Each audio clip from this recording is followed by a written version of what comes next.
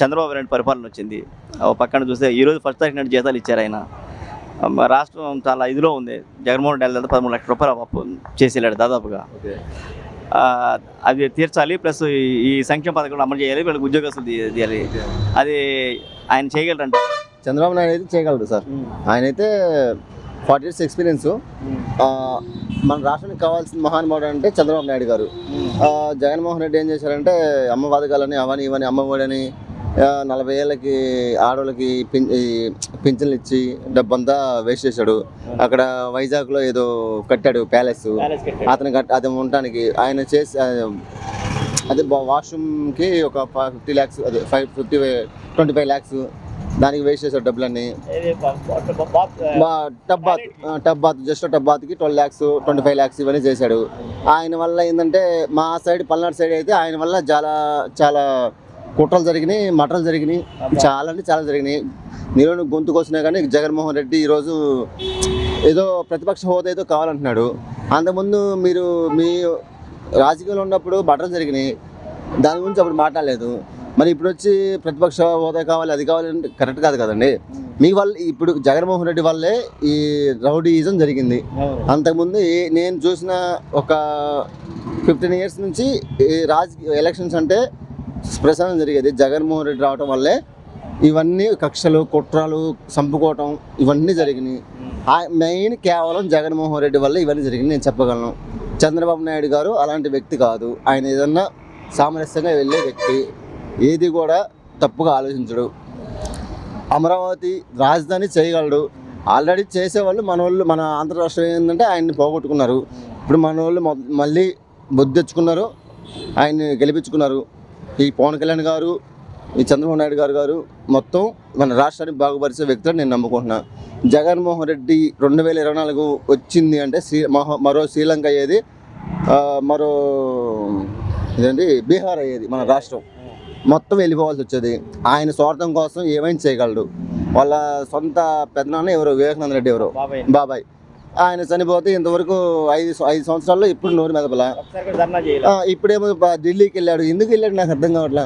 నర్సాపేటలో ఇప్పుడు వైసీపీ క్యాండిడేటే చంపేశాడు, నర్సాపేటలో చంపుకున్నారు. ఇప్పుడు టీడీపీ తరఫున ఎందుకు అట్లా మాట్లాడుకుంటున్నారు? మీరు చేయబట్టే కదా వీళ్ళన్నీ ఇప్పుడు మీరు చేశారు. అయినా కానీ ఇప్పుడు పవన్ కళ్యాణ్ గారు ఏమంటున్నాడు, వాళ్ళు చేసినట్టు మనం చేయకూడదు. ఇప్పుడు ఒక పలానా టైంలో అసెంబ్లీలో చంద్రబాబు నాయుడు గారిని చూస్తే బాధ అనిపించింది.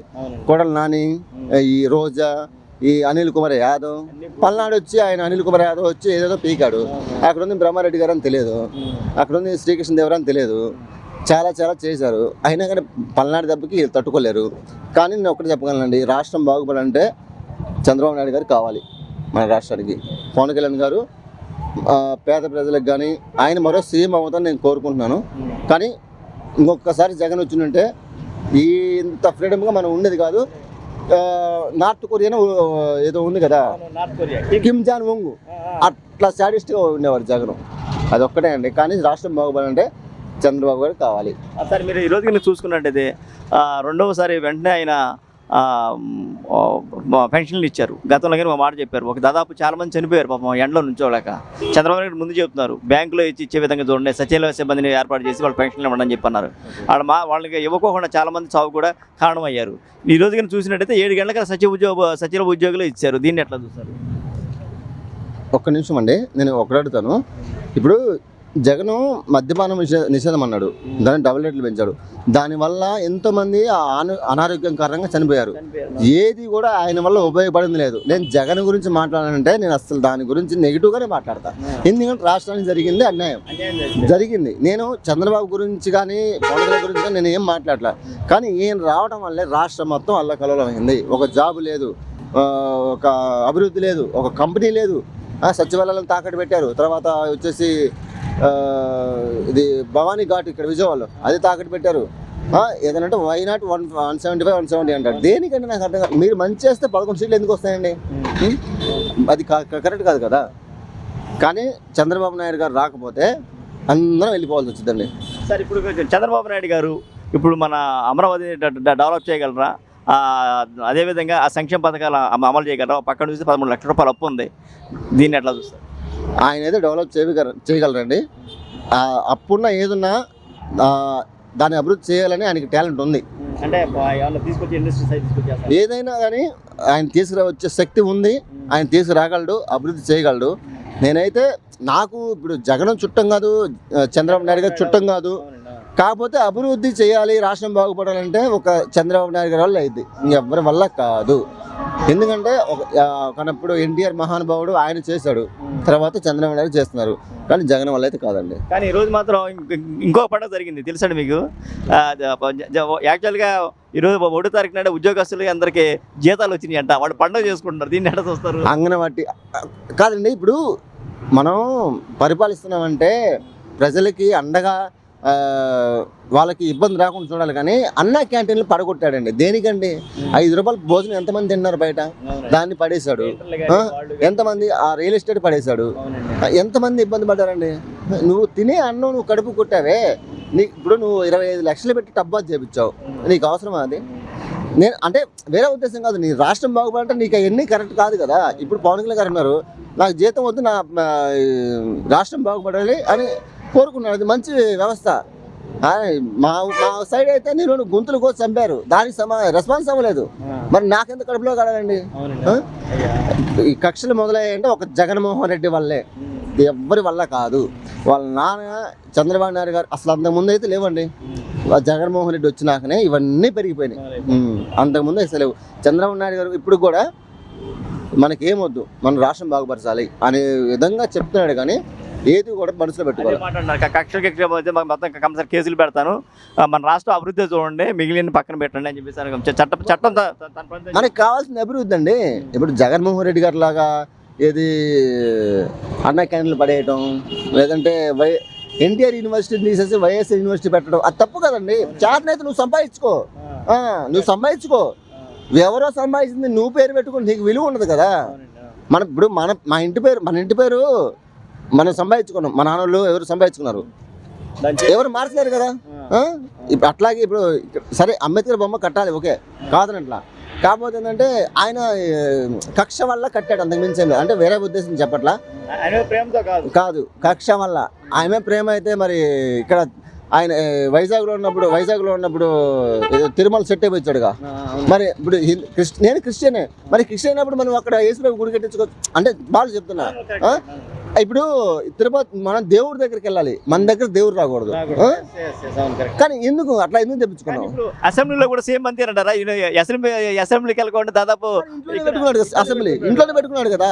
నువ్వు ఏ రోజు వెళ్ళావు, ఏ రోజు అసెంబ్లీకి వెళ్ళావు? ఇంట్లోనే పెట్టుకొని మొత్తం అక్కడే పంది కుక్క తవ్వి చూసారా, లోపల అట్లా తవ్వారు, తర్వాత బయటకు వచ్చింది.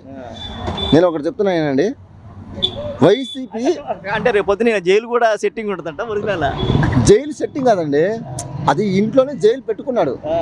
మొత్తం వీడియో మొత్తం తీసుకొని ఒకవేళ ఏదన్నా కేసు అయినా నేనైతే ఒక్కటి చెప్తున్నానండి, నాకైతే టీడీపీ అని కాదు ఏదైనా కాదు, కానీ టీడీపీ అయితే అభివృద్ధి చేసిద్ది, వైసీపీ వల్ల కాదు నేనైతే చెప్పగలను. కానీ ఒకటి చెప్తున్నా, జగన్ గనుక ఈసారి వచ్చుంటే చాలామంది అలా కొల్లలు అయిపోయి ప్రశాంతంగా తిరిగే ప్లేస్ కాదండి ఇది. కింగ్ జామ్ ఉంగు నార్త్ కొరియా అలా అయిపోయేది ప్రెసిడెంట్. ఏం లేదండి, రాష్ట్రం బాగుపడాలంటే ఇప్పుడు చూస్తున్నారు. డిఎస్సి సంతకం పెట్టేసాడు చంద్రబాబు నాయుడు గారు. తర్వాత అన్న క్యాంటీన్లు రేపు వదిలేస్తున్నాడు. డిప్యూటీ సీఎం గారు పవన్ కళ్యాణ్ ఆయన బాగానే చేస్తున్నాడు. ఆయన ఇంకా చేసే టైం ఇంకా చాలా ఉంది, ఆయన చేసే ఇంకా చూస్తూ ఉండాలి. కానీ ఒక సీఎంకి ఉన్న రెస్పెక్ట్ లేకుండా పోయిందండి. ఏది రోజా నగరి అంటే ఏదో గిడ్డ అన్నది కదా. చంద్రబాబు నాయుడు అలాంటి మంచి సీఎంని పట్టుకొని ముసలోడు అది ఇదని చాలా చూసాం. ఇదే ముసలోడు ఆయన చెప్పే ముసలాయన 18 గంటలు పడతాడు. వీళ్ళు చెప్పుకునే జగన్ అన్న ఇంట్లో నుంచి బయటికి రారా పడుకొని కదా. కరెక్టే. ఇప్పుడు జగన్ అన్న 2024 జగన్ ఉంచుకోను అన్నదా రోజా మేడం గారు. మరి ఆమె ఎడిపోయింది. ఇప్పుడు ధైర్యం ఇప్పుడు మాట్లాడచ్చు కదా. ఆ కొడల నాని గారు, ఈ అనిల్ కుమార్ యాదవ్ వీళ్ళందరూ ఎడిపోయారండి. అభివృద్ధి అంటే మనం చేయాలి కానీ మాటలు చెప్పకూడదు. ఇప్పుడు ఎవరైనా బయటకు వస్తున్నారు, చంద్రబాబు నాయుడు గారు కానీ, పవన్ కళ్యాణ్ గారు కానీ, నారా లోకేష్ కానీ ఎవరైనా బయటకు వస్తున్నారు, ఎవరు రావట్లా. వాళ్ళ అభివృద్ధి మొత్తం చేస్తున్నారు లోపల. మా సైడ్ అయితే చెప్పలేని దారుణం వైసీపీ వాళ్ళైతే. మీ వల్లే కదా ఇదంతా. టీడీపీ వాళ్ళు ఏ రోజు కూడా చేయలేదు, వైసీపీ వాళ్ళు చేసిందే. నేను ఒప్పుకుంటా, నన్ను చంపిన ఇష్టమే, నేను భయపడ్ను. కానీ అభివృద్ధి మనకు కావాలి. మీరు ఏం చేశారు? రాజధాని ఒక్క పిల్లానికి దిక్కు లేదంటే 3 పిల్లల్ని పోషిస్తారంట ఆయన. దేనికండి? వైజాగ్ అంటే కడప ఏదో మొత్తం రాయలసీమ దేనికండి? ఏదైనా ఉంటే ఒక రాజధాని కట్టుకో. సరే అమరావతి మంచి సెంటర్ కదా. వైజాగ్ వాళ్ళే అంటున్నారు మాకు అసలు రాజధాని వద్దు, అక్కడ ఎందుకు పడుతున్నాడు ఆయనని. దేనికి? అక్కడ నీకు లేదు. వైజాగ్ స్టీల్ ఫ్యాక్టరీ అమ్మేశాడా? ఉందా? అది అమ్మేసాడు, భయం వేసిందండి. అంటే నేను చేయలేదు, అది అమ్మేశాడు. అవునా? ఎవరు? ఈయన జగన్మోహన్ రెడ్డి గారు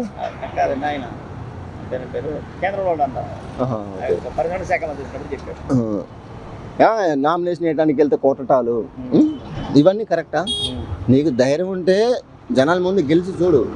అంటే పాదయాత్ర చేసింది 10 సంవత్సరాలు ఎక్కడ ప్లేస్లో ఉండేది సంపాదించుకోవడం కోసమా, లేదంటే అభివృద్ధి చేయడం కోసమా? దేనికి చేశాడు పాదయాత్ర? తండ్రి లేడు అన్నాడు, అక్క తల్లి అందరూ వెళ్ళిపోయారు, బాబాయ్ని చంపేశాడు, గొడ్డలతో నరికేశాడా పెద్ద మనకు తెలియదు. కానీ దేనికి ఇవన్నీ దేనికి చేశారు? ఆయన మైండ్ సెట్ ఎట్లా ఉన్నదంటే నేను ఒక్కనే బతకాలి, మనసులో అవతల ఎట్లా పోయినా కానీ నాకు సంబంధం లేదు అన్నట్టు ఉన్నాడండి ఆయన. నాకైతే ఎవ్వరు నాకు చుట్టం కాదు, ఎవ్వరు నాకు దగ్గర బంధువులు కాదు. కానీ వైఎస్ఆర్ పార్టీ అనేది చాలా కఠినంగా ఉంది. ఈ 5 సంవత్సరాలు నేను చూశాను, రాక్షస పాలన నేను ఒప్పుకుంటా. కానీ ఈ 5 సంవత్సరాలు మాత్రం అందరు ప్రశాంతంగా ఉంటారు, ప్రశాంతంగా బతుకుతారు. ఆయన చెప్పిన హామీలు పథకాలు మొత్తం వస్తాయి, జనాలందరూ బాగా బతుకుతారు. అది నేను కావాలని కోరుకుంటున్నాను. ఈ రాష్ట్రం బాగుపడాలంటే కొన్నేళ్ల వరకు టీడీపీ ఉండాలని నేను కోరుకుంటున్నాను. అంతకుమించి ఏం లేదండి.